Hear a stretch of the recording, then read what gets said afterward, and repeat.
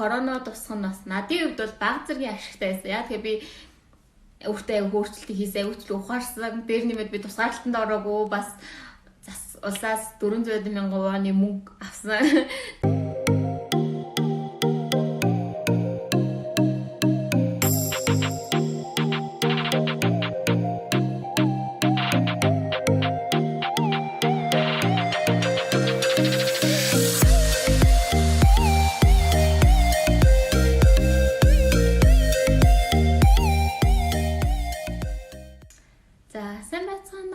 Өдрийн мэндийг хүргэе. За Монгол улсаас мэдчилж байна гэд Монголдо ирсэн байгаа. За тэгээд 9 сарын 1 болоод хичээл соёл эхэлж байна. Тэг хүн болгоны мэдж байгаачлан Солонгос улс болон Монгол улс дэлхийд аяг COVID-19-ийн тархалт эрчимтэй нэмэгдээ тохиолдол хамгийн ихсэж байгаа. Тэгээд Монгол улсад ч гэсэн сүүлийн 7 хоногт бол ерөнхийдөө 3,000 гарчлаа. Солонгос улсад 2,000 давчлаа. Тэгээ үүнтэй хамаартуулаад Солонгос улсад оршин сууж байгаа монголчууд манаас нэлээх корона COVID-19 тусж байгаа тохиолдлууд байна. Ойрын хавтал болж байгаа тохиолдлууд бас байгаа. Тэгээд би өөрийнхөө туршлагаас хуваалцахлыг хийж байна. Тэгээ өнөөдрийн бичлэгээрээ одоо Солонгост короногийн ойрын хавтал уу нэгдүгээр хавтал болох юм бол мэлжав төвцөг заа гэдэг байгаа шүү дээ. Хамгийн ойрын хавтал гэдэг байгаа. Тэр болох юм бол юу болох вэ? За тэгээд тэр корона тусаад эерэг хариу авах юм бол юу болох вэ? За тэгээ корона тусдаа дараа Монгол руу ирэхэд юу шаардлагатай, ямар процесс өнгөрсөн бэ, туулсан бэ талаараа хуваалцъя. За тэгээ корона тусгаад хамгийн эхлээд бид нар чинь корона туссан үний ойрын хавтал болоод бүгд шинжилгээ өгсөн. Тэгээ шинжилгээний хариу маань бол сөрөг гараад тэгээд яг ойрын хавтал мөртлөө шинжилгээний хариу сөрөг гарсан ч гэсэн 14 хоног тусгаарлаа гэд цаанаасаа бидний шууд тусгаарлагдахаар байсан. Тэгээд тухайн үедээ ингээд шинжилгээний хариу сөрөг гарцсан. Тэгээд бас ингээд солонгос хүмүүс цуг ажиллаж байсан мөртлөө солонгосчууд нь сөрөг хариутай шууд ажиллаад бид нар болохоор мэлжав төвцөг за буюу хамт ойрхон хоол идэхтэй ойролцоо суусан маск ойрхон 2 м дотор байсан гэж үзээд 14 хоногийн тусгаарлалтах хэвээр болсон. Тэгээд тухайн үед би хөдөө ажиллаж байсан учраас яг дотор байранд ажилласан. Сөүлд байраа хүлээлгээ өгсөн байсан. Тэгээд 14 хоног өөрөөсөө хувь хувьдаа нэг хүний нэг өрөө гэсэн юм заалтаар тусгаарлагдахаар болоод байр авахгүй асуудалд орсон байгаа. Тэгэхээр манайхан ч одоо бас тулгарч байгаа асуудлууд яг ингээд хамт олуулан амьдардаг эсвэл ингээд ажлынхаа байранд байдаг ч юм уу тиймхүү тохиолдолд яах хэрэгтэй вэ гэхээр ойрын хавтал маань заавал ганцаараа нэг өрөөнд байх хэрэгтэй байт юм байлээ. Эсвэл 2-оос 3 өрөө байранд 2-оос 3 хүн байх ч юм уу тийм заалттай байсан. Тэгээд 1-2-7 хоногоор түрээсэлдэг байрууд өргөдөл нэлээд гарцсан байлээ. Тэгээд Facebook дээр зар тавьж байгаа хайж олсон. Тэгээд бүтэн сарын түрээсээ биш ядарч тал түрээсээ төлөөд очиё гэд ерөнхийдөө бол явсан. Тэгээд би ч нөгөө сөрөг мөртлөө ойрын хавтал тусгаарлалтанд орсон 14 хоног болсон. За тэнгууд шууд хамгийн түрүүнд нөгөө хариу сөрөг ч гэсэн ойрын хавтал болсон учраас очиж байгаа. Тэр нөгөө Пугонсуугаас холбоо ирд юм байлээ. Тэгээд яг очиж байгаа газрын хаягийн дүүргэлөө ингээд мэдээлэл өгсөн учраас тентхийн ажилчид тантай ингээд холбоо ярина. Та ингээд тэгэрээгээд ерөнхийдөө бүх заавруудын маань уцаар өгч ийсэн. Тэгээд ерөнхийдөө мэдээж олон хүн амтай ч гэсэн гадаад иргэн гэлтгүүгээр айгу сайн хяналттай бас юм хараа хамгаалттай байсан. Тэгээ юу ямар байдлаар ирж ийн юу болж ийн тэгээд ийм дүрм журм байгаа гэх бүгдийг тайлбарлаж өгч ийсэн. Тэгээд бид нарт болохоор нөгөө би одоо нэг найзтайгаа хоёулаа цуг тусгаарлагдах нэг байрлал явж байсан. Тэгээ хоёр хүнд болохоор нэг гэрт нэг хүн гэдэг хуваарлалтаар ажилтан гардыг байлээ. Тэр ажилтан ч гэсэн заалгаад бид нартай ингээд шинж тэмдэг бүх юм маань асуугаад юу хийх дааж мөрдөхсөд дүрм журмын маань тайлбарлаад маргааш юм уу эсвэл нөгөө өдрөөс одоо ажлын өдрөөр ямар ч ажлын өдрийнх нь бол маргааш амралтын өдрийнх нь бол ажлын нэгдүгээр өдрөөс эхлээд хүнс болон одоо аюулгүй байдал ахын нөгөө хариуцлагын бодцод явуулнаа гэж мэдээлэл өгсөн байгаа.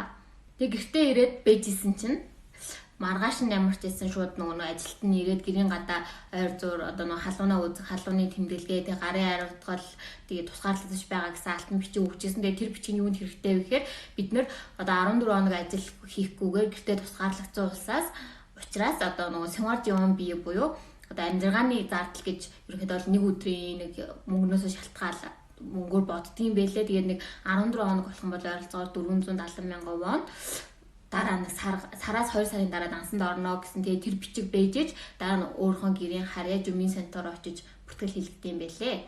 За тэгэхээр тэгээд би болохоор ерөнхийдөө 2 удаа шинжилгээ өгөөд хоёулын дээр сөрөг гарчаад 3 дахьаасаа гинт 2 хоногийн дараа 3 хоногийн дараа манай хамт байсан охин маань халуураад Тэгээд ерөнхийдөө бол Янбиг ажимтгүйгээ шинжилгээ өгөөд бит хоёр маргааш нь хариугаа авсан чинь эерэг гарсан. Тэгээд эерэг гарсан учраас яг бүр тусгай улсын хамгаалтанд орохоор болсон байгаа. За тэгээ ерөнхийдөө бол нэг процесс нэг юмхүү тэгээ корона тусаа явсан. За энэ дээр хамгийн ихний мэлжав төвцөгжөө болох юм бол юуг анхаарах хэрэгтэй вэ гэхээр бид нэр гэрээсээ гарч болохгүй гадны хүмүүстэй ямар нэгэн байдлаар ярилцаж болохгүй яагаад гэвэл бид нар аягүй эрсдэлтэй тэгээ анхандаа ингээд за би сүрэг гарсан 14 хоног бла яхаараа би ингэдэг гэж ярьжсэнаа гинт нэрээ гээд 2 3 удаа шинжилгээ өгөөд 2 3 өдрийн дараа гинт ингээд би өөрөө эерэг болсныхоо дараа дундаа би хүмүүстэй уулзаагууд амар их баярлсан. Яг тэр манайх чинь жоохон хаймх штэ. Тэгээд нэг яг тусгаарлагдж байхдаа би агаагийнхаа гэртээ ойрхон байгаа. Тэгээд эхний өдөр ямар ч гэсэн хүнс авчирж өгөхдөө манай агаад нар шин тэгээд монголчууд нь жоохон тоохгүй штэ. За сүртэй штэ баг харчи юу үлдээчи ингэчи тэгчигээд бид нар чинь бүр нэр маск зүгэл гарандаа бэлэн өмсвөл юмаа яриад за та юмаа тавьчаа хоолтчих дараа нь би очиж аавь гэхээр үгүй сүртэй зүгээр аваад өгөхийн оронд гэд яриад байсан. Гэхдээ дараа нь миний шинжилгээ эерэг гарсны дараа би бүр тэр хүмүүстэй уулзаагүй тэгээд сүржинсэндээ өөрөө аягүй баярлсан.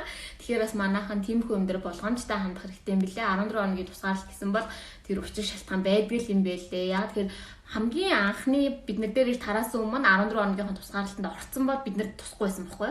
Тэгэхээр тэр бол аягүй чухал. За хүнсний хувьд болохоор одоо ингээд энэ дээр гарч ирж байгаа хүнснүүдийг ерөнхийдөө бол биднэрт өгсөн. За нэг хүн, ер нь бол 2 хүний нормоор явсан. Ерөнхийдөө бол нэлээд хангалттай гэхдээ Монгол хүмүүсийн хувьд нэг идэхэд бас жоохон тийм ялангуяа манайч мах цаах иддэг хүмүүс дандаа будаа, бэлэнгой иймэрхүү хүнс хүчээр жоохон тийм байсан баг. Гэхдээ надад бол яг зүгээрсэн. Гэхдээ би хүнсээ хэрэглэж амжаагүй коронавирус тусаад яг эерэг гараад яваад өгсөн байгаа. За тийм ямар ч сан хүнс тэгээд ингээ ариун талын зүйлсүүд нь бол иймэрхүү зүйлсүүд өгсөн.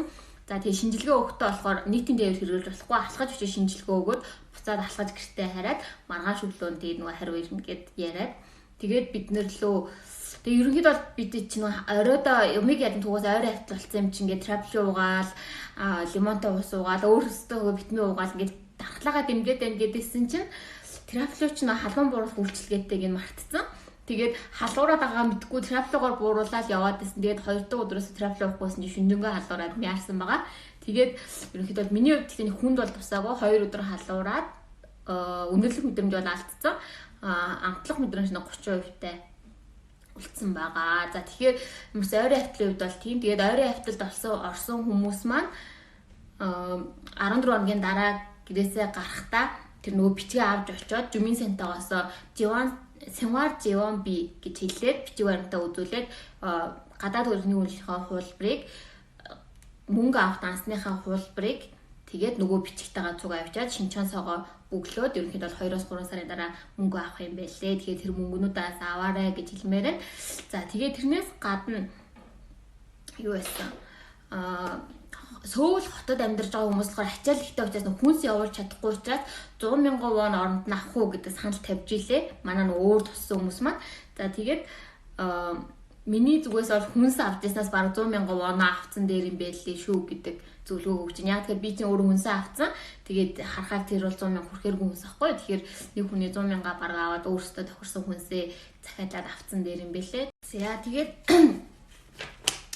имлгээс эдгрээд гарсан нөгөө тусгаарлагдаад гарсан бичиг тэгээ биднэрт өгч ийсэн. Тэгээд ерөнхийдөө бол яг нөгөө тусгаарлагдсан гэдэг бичиг болохоор пугонсуудаа хураалгацсан. За тэгээд тэрнийхээ дараа болохоор ийм нөгөө пугонсуугаас ерөнхийдөө шинжилгээ өгөөд эерэг гараад байгаа болохоор яах вэ гэдгсэн чи ийм цаас биднэрт өгч ийсэн. За тэгээд энэ цаасан дээр болохоор Кёнги Хэжхогийн цог гэдэг нөгөө тусгаарлалтаас гарсан бичиг гэдэг утгатай байгаа. Тэгээд энэнийхээ хамгийн доотлолт нь болохоор биднэрт ингээд нөгөө нэг энэ хүн нь одоо ямар нэгэн байдлаар нэмэлт халдварлал үүсэхгүй тэгээд энэ Пун Кёнги Хэжхогийн сон PCR 임상확인 서를 대체할 수 있습니다 гэд тэнгуутаа доотлолт ингээд англиар бичсэн юм цаас байсан байхгүй өгсөн байхгүй пугансуугаас тэгээд энийг болохоор гэтээ олон бол өгдөггүй юм байлээ. Ялангуяа Монгол явж байгаа энэ тийм материал өгч байгаа хүмүүс бол нэг л удаа нэгээс 2 удаа бол илүү өгөхгүй шүү гэдэгжсэн болохоор тэрэндээ шаардлагатай үедээ авах хэрэгтэй. Тэгээд авснаас амин хадгалж авах хэрэгтэй юм байлээ.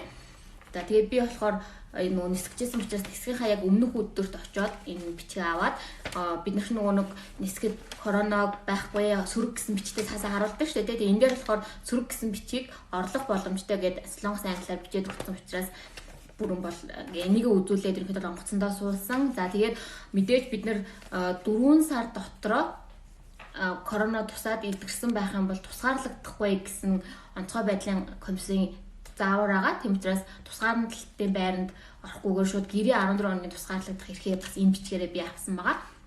Яг хөө зарим хэнийг болохоор шууд тикет авсан мятынхаа хүн рүү явуулаад тэгээд тусгаарлагдахгүй гэсэн хүсэлтэд гаргачихдаг юм бэлээ. Тэгээд танаас нь бүгдийг хийгээд өчтөг юм бэлээ. Яг хөө зарим газрууд нь болохоор нөгөө эрэг биетийн шинжилгээ өг гэж хэлж ийн гэсэн. Тэгээд яг жоохон удаад ирэхээр эрэг биетийн шинжилгээ авдаг юм шүлээ. Би ч юм болохоор тусаад бараг тусгаарлалтнаасаа гараад 7 хоног хийсэн болохоор надад л нэг тийм эрэг биетийн шинжилгээ энэ гэж бол нэхээгүй. Ойр хугацаанд байгаа учраас зүгээр гээд энэмгээрээ шууд үзүүлээд Монголд ирээд онгоцоос буугаад бас энийг үзүүлээд шууд тусаад идэгсэн гэж хэлээд. Гэтэ яг шинжилгээ бол авч ийсэн. Тэгээд шинжилгээнд дээр болохоор би Монголд ирээд шууд сөргөлцсөн. Эрэг өмнөх өдөр нь шинжилгээ өгөөд эрэг гараад тэгээд энэ бичгийг аваад өгөөд ирсэн чинь нисгтээ бид нэр бүгд шинжилгээ өгөөд нисгээс гарсан. Тэгээд Монголд ирээд шууд сөрөг гарсан байгаа. Тэгээд ямар ч сан хэдийгээр тусаад идэгсэн ч гэсэн би бол гэртээ 14 оны тусгаарлалтаа бол хийсэн. Гэтэ буудалт хийгээгүй гэртээ хийсэн болохоор айгу амар байсан.